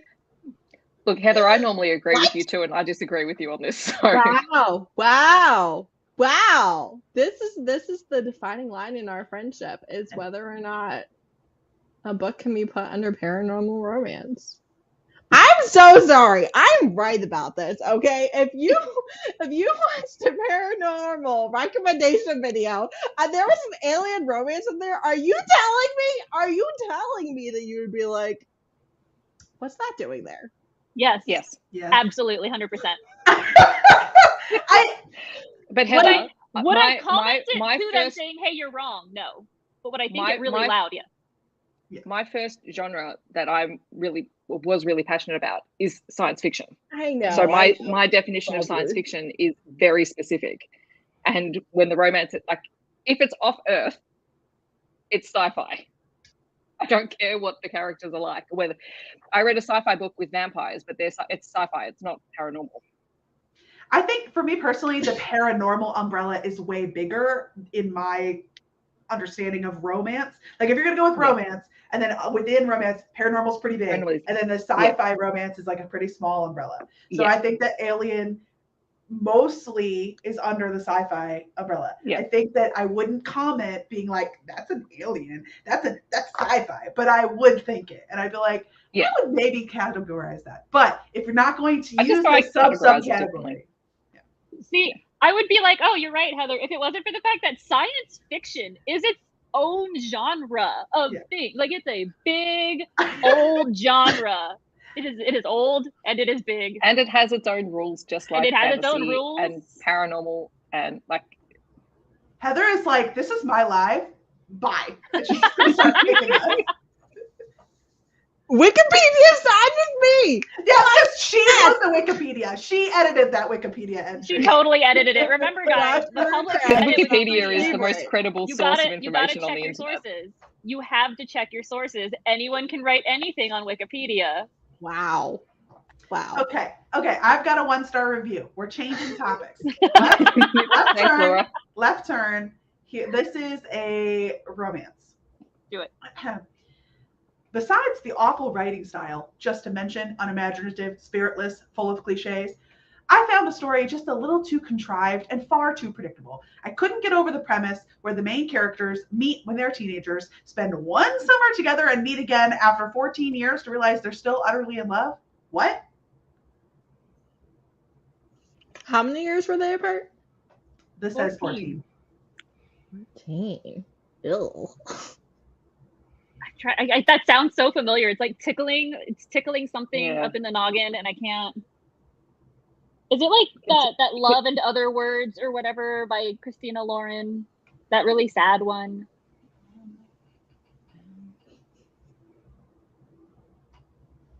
Is it People We Meet on Vacation? Was Tracy right? Okay. No. It irritated me to no end that this author felt the need to not leave anything unexplained, describing things in excruciating detail, boring me, but more so putting me off reading any of his other books. In the end, it just felt like it was dragging on and on and on.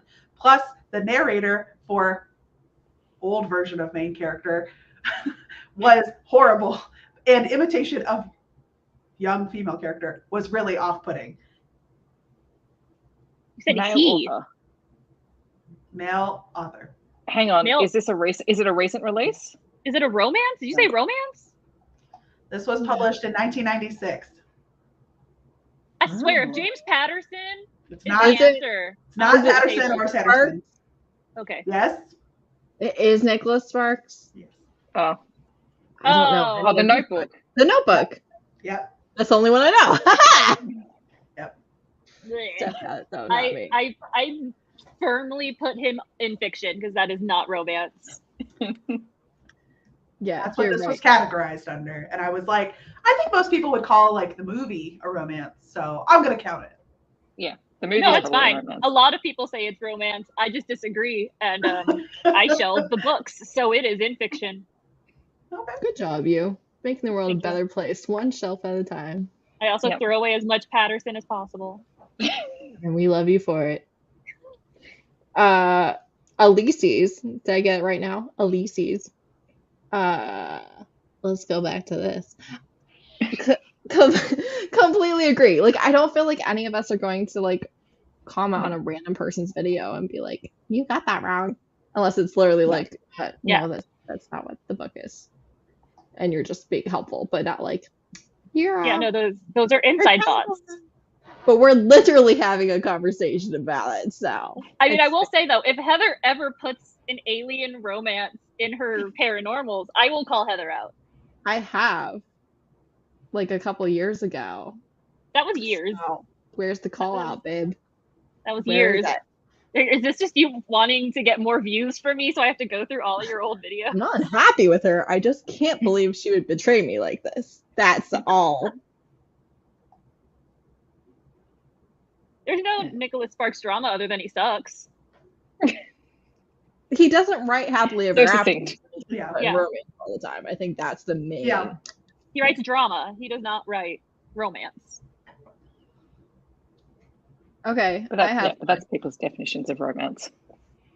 This is monster romance. So you're welcome. Yes, it is its own category.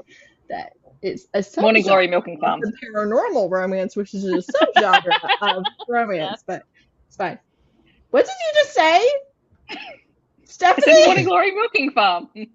You suck. Just reminded me of that like Family Guy. Jackal. Is it a jackal? It's a jackal. Jackal. Yes, it's Morning Glory Milking Farm. Read the review. But I thought the review was pretty good. It's cliché romance, cringe sex, panties dry. Panties dry. Panties dry. I love that. All right. That is a great one.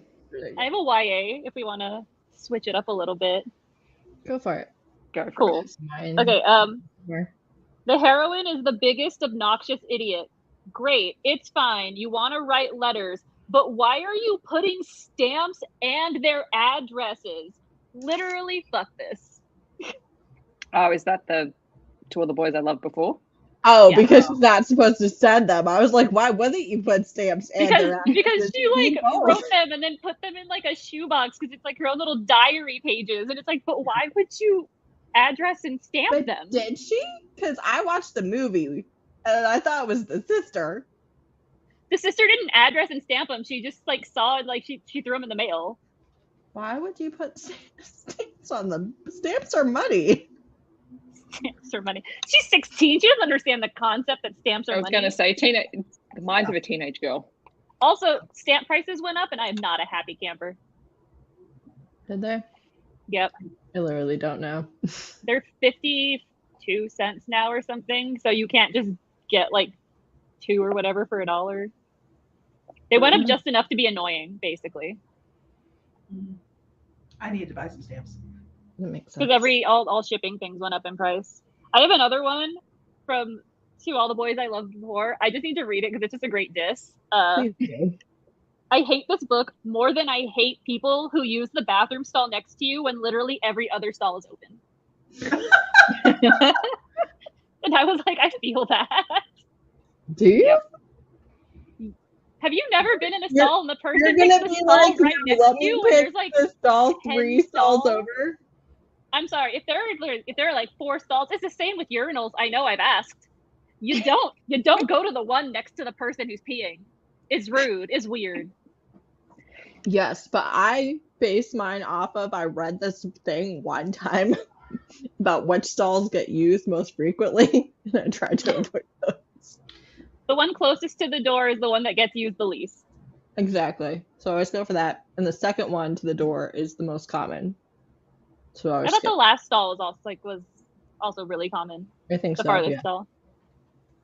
I try to go for the first, and if I can't get the first, I try to go. Yeah, no one wants the stall near the front door because apparently they think that they pee really loud. I don't know. I don't know what aversion it is. What is the aversion? No, I think This was not a that conversation I was is- expecting today. Yeah. This is exactly on par with assume any time that I've been because it's the closest, it probably is the one people go for first. But it's not because everyone thinks that everyone else does, so they go for the second. That's my So theory. psychology. Mhm. Also, hand air dryers spread more germs than paper towels. I don't know the details about this either because I know I'm never going to read them, so I didn't pay too much attention. But I do feel like I heard something. I could see that. I think I've actually heard that. Yeah, I read his books in high school. A paragon of diversity. I pulled up a Nicholas Goodreads Sparks. list of like top romance books, and Nicholas Sparks was like number 15 or something. Oh, So, yeah. Gross. So I was like, oh, The Notebook. I saw that movie. I love that. Okay, Yeah, one of my Steph, friends tried you have to. one? I do. I think this is my last one. Okay. Starts off with, did not finish at 20%. What I was expecting, a cute romance between 2 men with some misunderstandings and comedy and eventually a sweet relationship. What I got, character 1, an insufferable git who speaks like a stereotypical 13-year-old girl and deserves to be forever alone because no one should suffer being around him, especially not poor character 2. It's boyfriend material. Yeah, boyfriend It material. is. I like When you boyfriend said material. insufferable I git, love it. I was like, instantly it's British. 2, you're not wrong, but also I feel that teen angst as an adult sometimes, and I'm just like, I need it. Yep. I told you, I picked all books that I liked. Also, he works as a dung beetle fundraiser PR person. Like, come on. Is A Walk to Remember by Nicholas Sparks? Yes. I had Walk no to idea. Remember the Why did I think that Nights that at was- Rodantia or whatever. Why am I thinking that that is a biography thing of Johnny Cash? That's something. That's Walk the Let's Line. walk the line. Yeah, there you go. A Walk to Remember is that movie with Mandy Moore where she like dies of cancer or something. Spoilers if you've never watched, read, or heard of A Walk to Remember. First I wasn't allowed to, and then I wasn't interested by the time I could. Yeah, one of my friends tried to make us, like a couple of years ago, watch another Nicholas Sparks movie, and my friend and I dissed it for 30 minutes straight while it was on, and she gave up and got really upset. And we were like, this is so stupid. I was gonna say, fun project, but not when it's someone who's like, wait, I like it. Then you're like, we watched the movie. It wasn't even the book. It was like, I think it was The Choice or something. Oh. And we were like, this girl sucks. Why is this guy like this? Who would do this? This doesn't make sense. And she was like, I give up. She just stopped, like stormed out of the room. Oh, I'd be mad at you too. If it was like a movie that I liked, I'd be like, no, we're done. I'm not talking. Look, neither my friend nor I wanted to watch it. She like strong-armed us into it. It's her fault. Despite my live personality, I would not do that. So we're safe. All right, should I do more or do one of you have one that you want to do? I have some. I have some too still. books. I still have like 35, which I'm clearly not doing. Megan, do one. Go for it. Okay. This is a kid's book. I read this to my niece. She slapped me with the book. The illustrations were hideous and the language terrible. No originality whatsoever. I couldn't spot any parallelism other than if you eat too much, you'll become a beautiful butterfly, which is anatomically incorrect. What are we teaching our kids? The nerve of this author. Mystery, all right. Hungry caterpillar. Yep. It is shelved as if bought, dump in toilet quickly. Yikes. I can't believe she slapped her with the book, though. That's like the best part. I'm going to tell you right now that the reviewer's name is Voldemort with a picture of Voldemort. I'm pretty sure it's just a troll being a troll. Troll.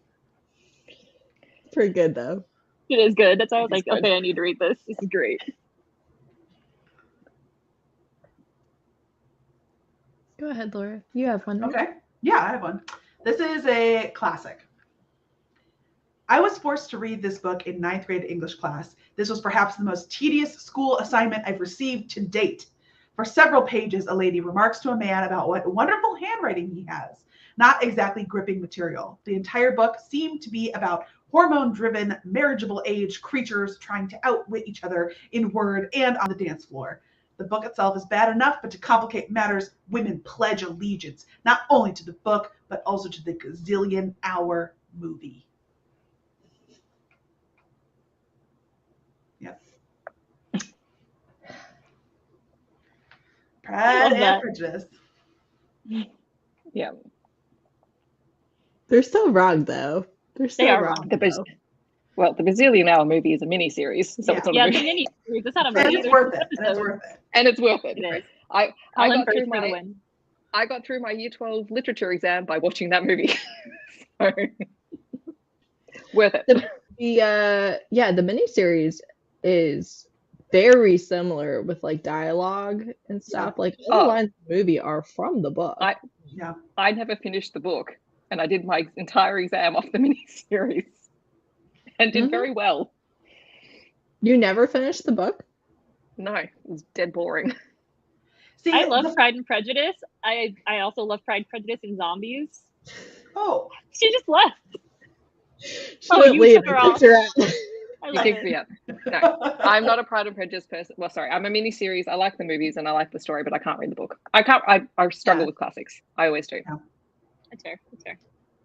I tried to I read love Pride and that so many Prejudice people love it. when the newer movie came out with Keira Knightley, and I found the book super boring, but I really liked the movie. And then years later, I picked up the book again, being like, well, why do I really like the movie but didn't like the book? And I realized that if I just view the book as not like bogged down historical, but like as with humorous elements, I found it so much funnier the second time, and was able to get, and kind of read through the whole thing and enjoyed it. But definitely had to have that story already in my head. Yeah. Well, I presented. Go ahead. I'm just saying, like, Jane Austen was very funny, and she was poking at her society. She was poking at what women like her had no choice, but these were your options. Yeah. And she did it so cleverly, and she also did it in a way where, like, some of her books were published in her lifetime, which was, basically unheard of for a female author. So to me, in her private conversations, she probably shredded society so much more severely than what she publicly published. But I just think she was a genius, and it makes me very sad that she died alone. Yeah. That's fine. Not everyone has to love it like I do. But do we know if that was by choice? Okay, listen, let me tell you something. If you are a Jane Austen fan and you like Happily Ever Afters, do not watch the movie Becoming Jane, because when I tell you that I had no idea her personal story, and when I watched that movie, I cried so much. And to this day, I just cannot think about her without feeling sad without feeling like she was robbed of everything that she deserved. I can't do it. It makes me very sad. No, it was not a choice. Okay, I don't know if becoming Jane is like completely accurate. I have no idea. But basically, she had the love of her life. She had him. And then someone else who like wanted to be with her was like, let me spoil this for you, and told like the rich uncle, and then they didn't get approval, and then he was forced to marry someone else, and she died alone. And he named his firstborn daughter Jane. And I was like, first of all, your poor wife, but second of all, that's so sad. And then to make matters worse, after her death, her nephews wanted money, so they took all of her journals of her unfinished works and published them. And that is true because I studied that in my PhD program and did a conference on Jane Eyre stuff. So, yeah. Yeah, her family's trash. Yeah, they were like, we want money. So they went through all of her like unfinished works and just published them, or they like wrote some like crappy ending and just published it. That's why Sanditon doesn't have an ending. Yep. I'm with you, Trey. Well, sorry, I like the Keira Knightley version, but because I grew up with the Colin Firth version, that trumps the Keira Knightley version. Right. Yeah, I did like a national conference research presentation over the Lizzie Bennet diaries and the effects of like adaptations over time. And I'm a nerd. I'm a big fat nerd. For me, that's one of those things where like the Hollywood can only make remakes and stuff. It doesn't bother me. Like you could give me 5 Jane Austen movies a year and I would watch all of them. Like I don't care. That being said, I've not watched the new Emma because I find Emma to be a main character that has so much, that gives me so much secondhand embarrassment that I struggle to watch her and her antics. My mom loves Jane Austen. I was going to be called Emma, except my father vetoed it. Aww. Which is probably a good choice. I like Emma. I mean, she's incredible, but sure. The name's okay, but like, I have nothing against the name. I just like the book. I've read almost all, if not all, of Jane Austen's works, I think. I've read all of them.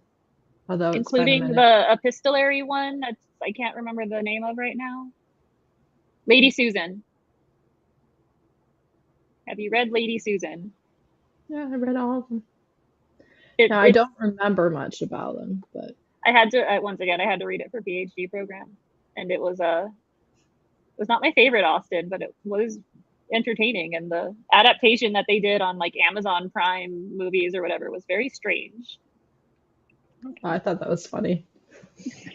My Jane Austen is Pride and Prejudice, Persuasion, Sense and Sensibility, Emma, and then the 2 other ones,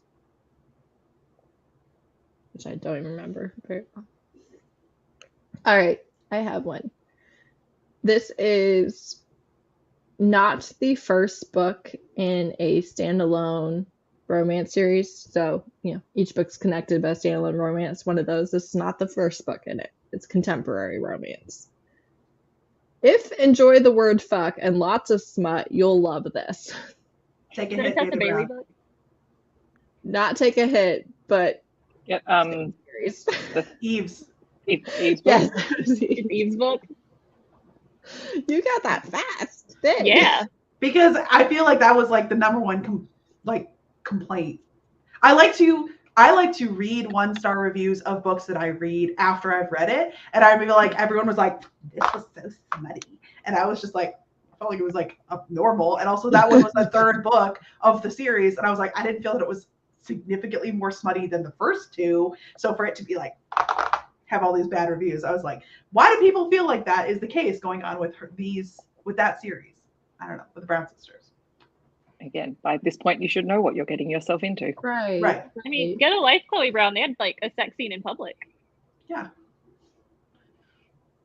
Very odd behavior. Not the reviewer.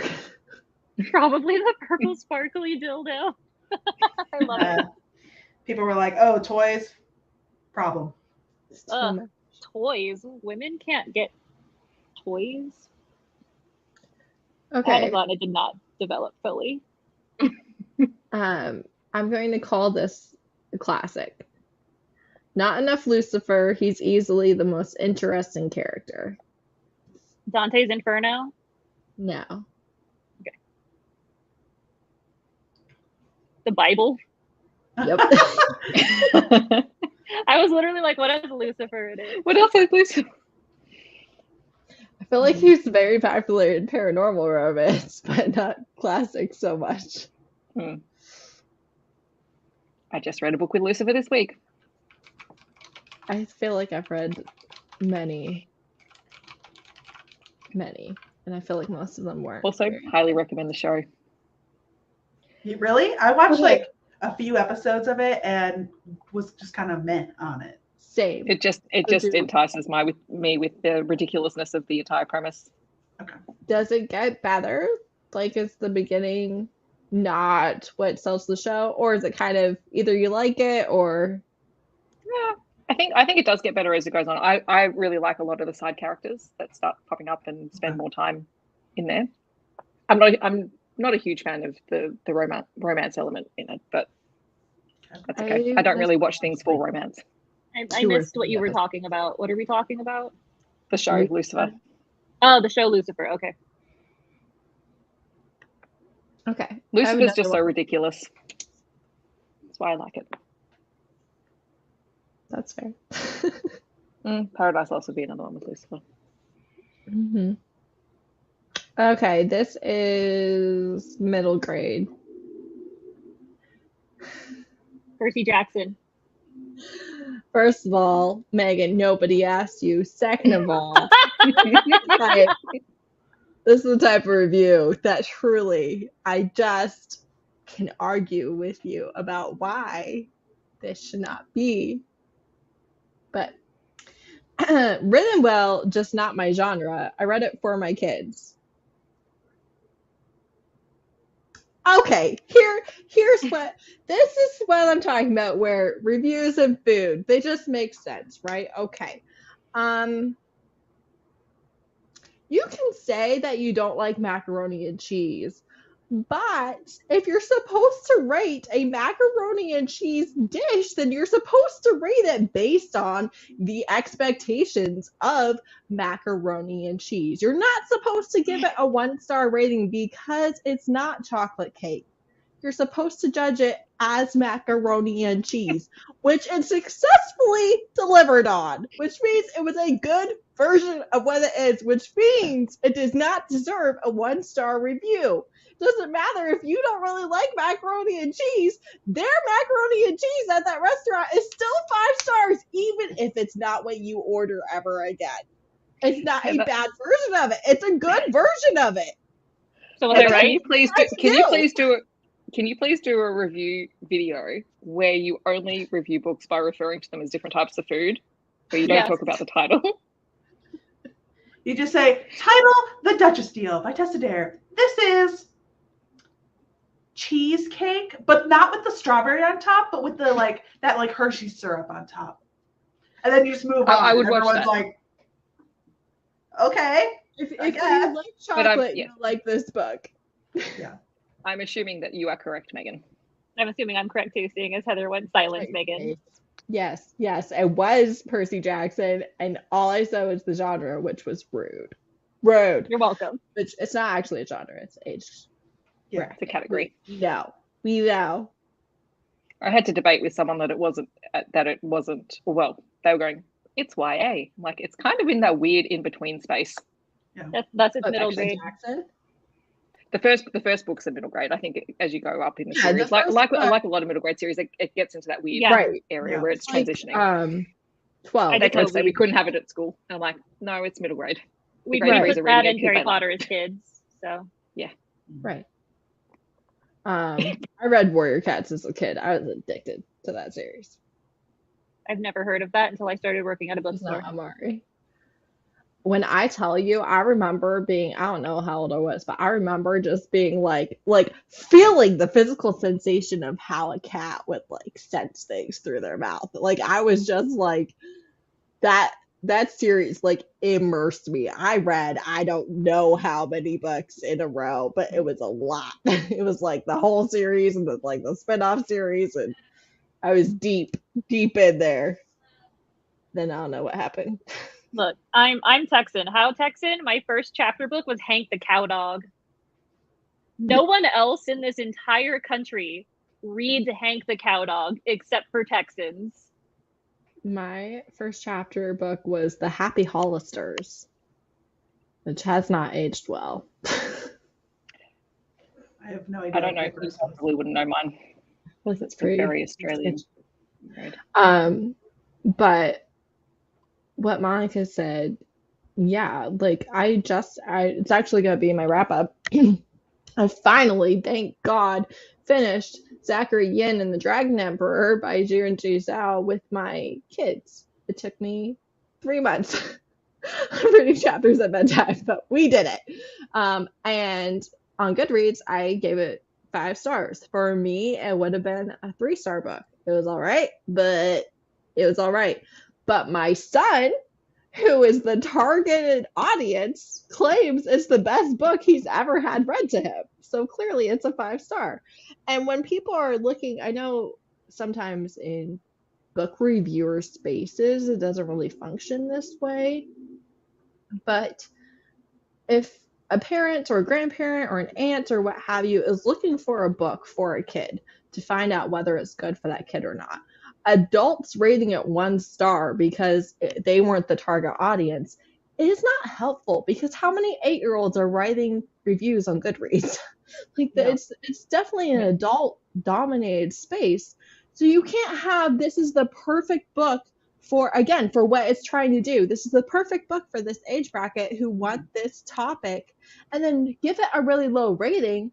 And then other adults who aren't going to read the book, who are buying it for their child in their life, look and the average rating is like 2 stars because it was adults rating it when it does exactly what it's trying to do, and it's perfect for kids who aren't reviewing it. I just don't like it. It really bugs me a lot.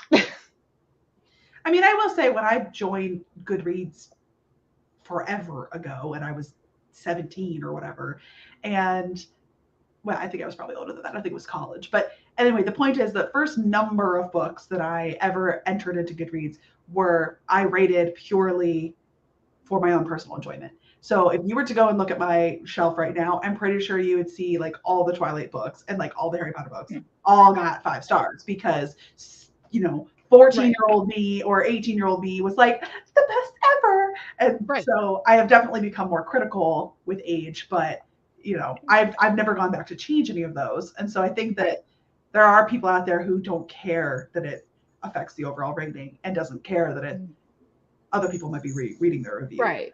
Yeah. Well, it truly bugs me when they're like, this was great, 1 star. And I'm like, that's not how it works. Just because it's a kid's book or a romance book or a graphic novel doesn't make it, and you liked the version of what it was, it deserves a good rating for what it was trying to do. Oh, there's a private chat that I've been completely ignoring.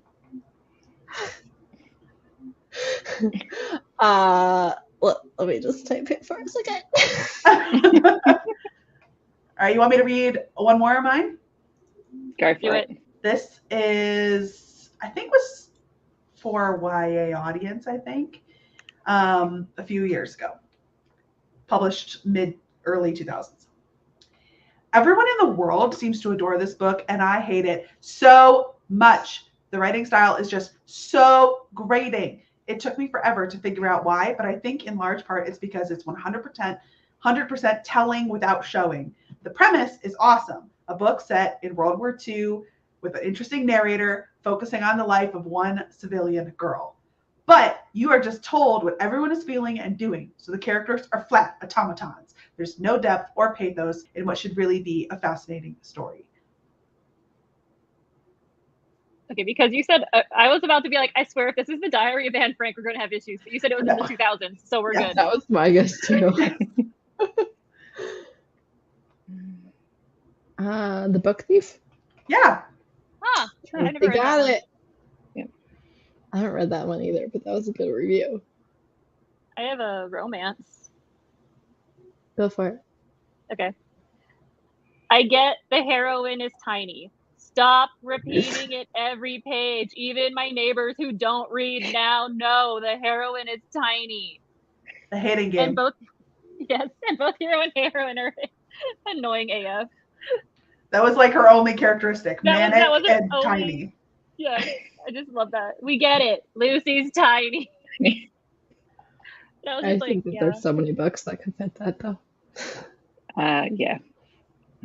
Okay, this is a contemporary romance.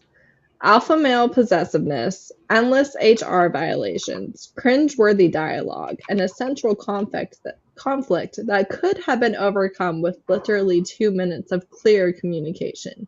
Not for me. What was the genre? Contemporary romance.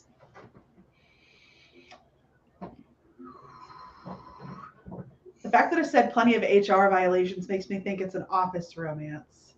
So I've read this one, and I don't feel like I was. oh. I'm not sure which HR they're complaining to. The It definitely world like HR. workplace, but Is this Tessa Bailey? mm-mm. Oh. No. I was thinking Hot and Hammered for a second. Yeah.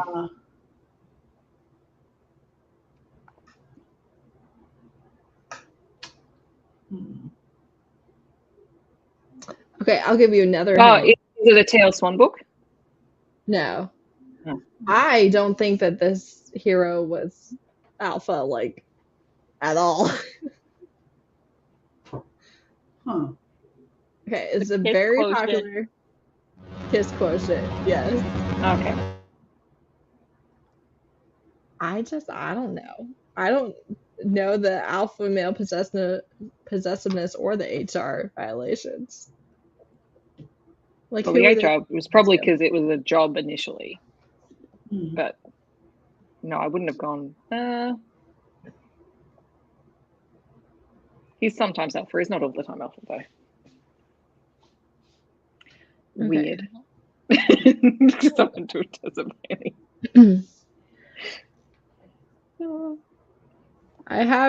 This is contemporary romance. I have no words to describe how much I absolutely loathed this book, so let's get into it. I want to start with what is a huge pet peeve for me personally. I'm very much not a girl for nicknames, and baby girl is, in my opinion, one of the worst things you can call someone as you take their virginity. Sure, it can be used as a term of endearment, but in my opinion, only if you're friends. Not when you choose to do the dirty in all the places I can think of, and a few I wouldn't if you paid me to. Hmm. I feel like Megan would have gotten this right away, so be happy she left.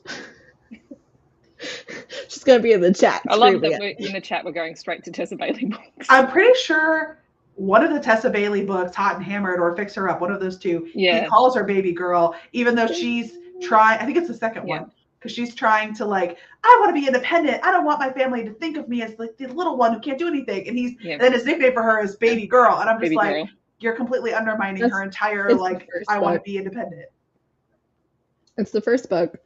You're right. Fix Her And Up. also, she is a professional clown, Yes, she is a professional clown. which was another pet peeve of mine with it. Fix Her Up. Yes. Good job, Ray. Megan, I knew you would. I like Baby Girl. Like, I don't have an issue with the dirty talk or anything. What I had the most issue with was one, her being a clown, because that I just when you want to talk about someone who can't relate to the characters, I cannot relate to your life, your goal, your mission in life being a party clown. I simply cannot. I would be quitting less than a weekend. That's just not a thing. I understand your hopes and dreams. I don't. But then also, I will never forget this scene to the day that I die. They're at the dinner table and her father tells her to be quiet. The adults are talking, and not a single person in her family is like, she's an adult. She's not like, I'm an adult. No, the love interest has to be like standing up for her, and I'm just like, I'm sorry, like, good for you for standing up for her, good for you, but if you think for one single solitary second that my dad is going to say something like that to my sister and I'm not going to jump in there, first of all, she's not even the old, like, she has an older sister, she has an older brother. I can, like, what type of messed up sibling relationship is this that you are not, that he can say in front of all of you, be quiet, the adults are talking, and y'all are just gonna continue your conversation like nothing happened. I cannot fathom that type of sibling relationship where you're not immediately going to be like, what did you say? I cannot. I read this book 3-ish years ago, and I can literally feel like my blood boil. So how does this make you feel? Blood boiling rage. Literally ruined everything. There wasn't enough other things to redeem from this god awful dynamic. Yeah. I'll just put the fact that I related to that scene in another journal entry to tell my therapist later. So don't mind me. Yes, but we, yes, trash. That's all I'm gonna say about that. Okay, I mean, more power to you. I'm so sorry. I don't mind Baby Girl, but it really struck me in that specific book that she was like, I want to be taken seriously. I want to be a grown up. And then the guy's like, okay, baby girl. And I'm just like, you picked like the one thing. Right. At least be like sexy lady. All right, sexy lady. I think another thing that I really had an issue with was she wanted to be taken seriously and she was still just being a clown for parties. And I was like, but I mean, that's like her own business. Running like your own. She wanted to run her own party business. Do that. Don't just. And again, like, I don't want to judge it and be like, that's so juvenile or whatever, just because that's not what I would want to do. Like, it's not. It's not. If that's what you want to do, it is a job. It is an adult thing to do. Like, I'm not. But that's also how I feel about it for me personally. Like, I just wouldn't enjoy it. I would feel like an idiot. Like, just truth be told, I can't handle that amount of embarrassment for me. But it was, she wanted them to take her seriously, and arguably the dynamic issues were far more her family's fault, right? She was the youngest. They shouldn't have been treating her like that in the first place. But also, you're not 18. You're like in your 20s, and you can't be like, don't shush me and say that the adults are talking. I'm an adult. Like, if you can't even just like stand up like that tiny bit, then again, like, not victim blaming, but no wonder they don't respect you because you're not being like, hey, you shouldn't treat me like that, you know, even though it was the rest of her family's fault, not her fault. It just makes me mad. I feel like Heather just picked some of these reviews because she wanted to like therapy a little. Yeah. Okay. Listen, I picked some that are books I love too. Like, even the books you love, though, you're like, and this person made a good point, and this person made a terrible point. First of all, who made a good point? Nobody made a good point. Who made a good point? I don't remember, truly. Like, it happened an hour ago. I have no idea. Okay. Look, it's been 2 hours, Heather. I don't remember anything. Okay. Does anybody have any other ones that they want to do? I think Laura's got one. Sure, I could do it. I just was ready with one, whatever. Yes. This is a contemporary romance. It says, few books. What was that? I think it's Megan, but I think she has it fixed. Oh, okay. Few books make me want to roll my eyes this much. This whole story is pretty much in the synopsis. Trying to read grammar errors. This is the entire story. The main female character has to spend 10 days with her arch nemesis, which leads me to my next problem, the supposed enemies to lovers. The enemies to lovers felt extremely forced. I figured they would have a better reason to hate each other, but they don't, like, at all. Like, they have no reason to hate each other, exclamation point, exclamation point, exclamation point. It was exhausting to read about them hating each other. Exhausting in bold and all caps. Honestly, so petty.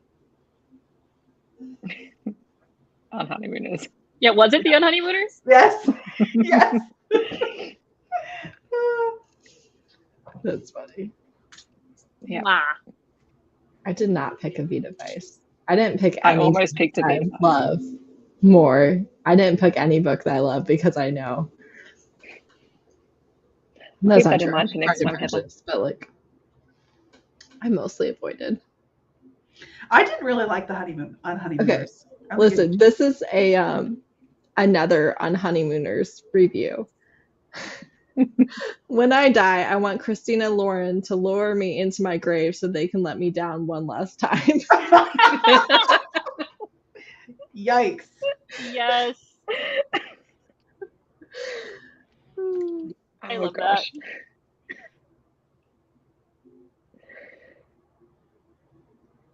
Oh, Okay, I'm looking. If you have one more, you can do one more, or I can just do one more. It doesn't matter. Yeah, I can just scroll down and go to my next one. Okay, so Okay, this I only have one, one left. this one is a classic book, not romance. A children's book that is for adults, a moral allegory too full of symbols. For me, it feels that the author struggled to include as many symbols as possible in as few pages as possible. I do not agree with the author's ideas. The repetited, there's like 4 Ds in that, motive that grown-ups are bad / wrong / going nowhere felt rude. And the little main character is quite annoying. Chicken Little? Matilda. It's the translated work. Oh, it's a translated The word. Little Prince. Mm-hmm. Felt rude. The motif that grown-ups are bad or wrong or going nowhere felt rude. It's like, tell me your feelings. Feelings, but perhaps not. That might be the point of the book, because the book is not inaccurate. I saw one in passing. I think it was like all the places you will go from Dr. Seuss, and it just said, "This book lies." There's that account on Goodreads on Instagram. I think it was on that ones. Instagram. I had to keep Goodreads checking to make sure that reviews. my 1 stars weren't the 1 stars on that Instagram I know. account. Yeah, I was trying to avoid that too. Yep. I also have an Ice Planet Barbarians. It just says terrible in the ways I expected, and also some I didn't. And also some I didn't. Okay, I have one last one. Okay. I'm not going to tell you what genre, but I will tell you that we've already had it in the live. I read this book at age 15 and it scarred me for life. And it's a romance. Actually, I'll say romance. My brain went 50 Shades of Grey, but we didn't discuss that one, so. No, I have one for that somewhere in here. Twilight. That's a good guess. No, we didn't. Yeah, we haven't had Twilight. Someone said Twilight in the chat though. Chat. Yeah. Was it Harry Potter? Mm-mm. I was like, It's we a did Harry romance. Potter. It's a romance. Oh, one. romance. Ooh, what was like a really It ends with us. I would say a dark Colleen Hoover, dark. This Colleen is Hoover. not. This is not a scarring book. I don't know. I don't know why this person hated The it. Hades name? No. Okay. I'm mentally blanking on what happened in the first hour. Was there Katie Robert? Okay. There was it's Katie historical romance. Historical romance? Yeah. We had more than one historical, or was it the Duchess Tessa deal? Dare. It was the Duchess deal. Okay, I was like, it wasn't scarring. That's why I was like, that's the I only don't didn't see that one. I truly want to know what part of the Duchess deal was emotionally traumatizing for you. Wow. Oh. Okay, here's a 50 Shades of Grey one, and then I think we'll be done. Well, I think it's safe to say that I'm buying myself a chastity belt and I'm joining a nunnery. This book has put me off sex forever and ever. Yikes. Get thee to a nunnery. Get thee to a nunnery. Okay. Did anybody have one that they wanted to get in? Or should we be done? No. Okay. I shared the ones I wanted to. Good. Thanks, I Heather. just don't want to cross any, or yeah, whatever I'm trying to say. I don't want to cut you off. That's what I'm looking for. If you're like, no, this one was really good and I want to say it. But all right, thank you everyone for watching and thank you everyone for joining me. This was fun. It worked out really well. Thanks for listening to me rant about many things. And I am going to go microwave my dinner. Same. And yeah, we're going to do that. So thanks a lot. It was fun. Thanks for having us. Thanks for joining us, y'all. This was fun. Put 1-star reviews in the comments if you watch this back or something, because I will read them. Yeah. This isn't even my channel, but I will read them. I mean, they're more likely to see you here than they are there, but... Oh. Look, bless Bree. I got like 5 new subscribers, and I'm like, y'all, please follow me on Instagram, because I don't upload videos. Just post a video saying, please follow me on Instagram. Yeah. Maybe I guess I will. Or I can film a video that says, please follow Megan on Instagram, and you can just post it to your channel, and then you won't even have to. Okay, wait, this is actually brilliant. What if you had, like, all of your friends just film a clip saying follow Megan on Instagram, and then you add them all together. You never even show your face in the video, and it's just... Here's Hey guys, here's a follow 30 me on second. Instagram at @TheMeowthVader. I just want to say I'm at 499 subscribers. So Yes, subscribe to Laura. Hit 500. She's amazing. She is in the description, and also her channel name is on the screen. So I feel like, and as we've clearly learned today, she is awesome to listen to. Her voice is amazing. Yes. And we have like 5 videos that she now has to make for us. Too. Yeah, apparently. Yeah, So. I've got a list. So yes, I'm glad we did this. Subscribe to Laura to watch Laura, and subscribe to Megan for the fun of it. A link to Instagram. For the fun of it. Yeah, at @TheMeowthVader on Instagram. That's the only place you'll find me. And I guess subscribe to Steph as well. Steph's the best. Steph is amazing. She puts out a lot of fantastic content because she reads so much. She really, truly does.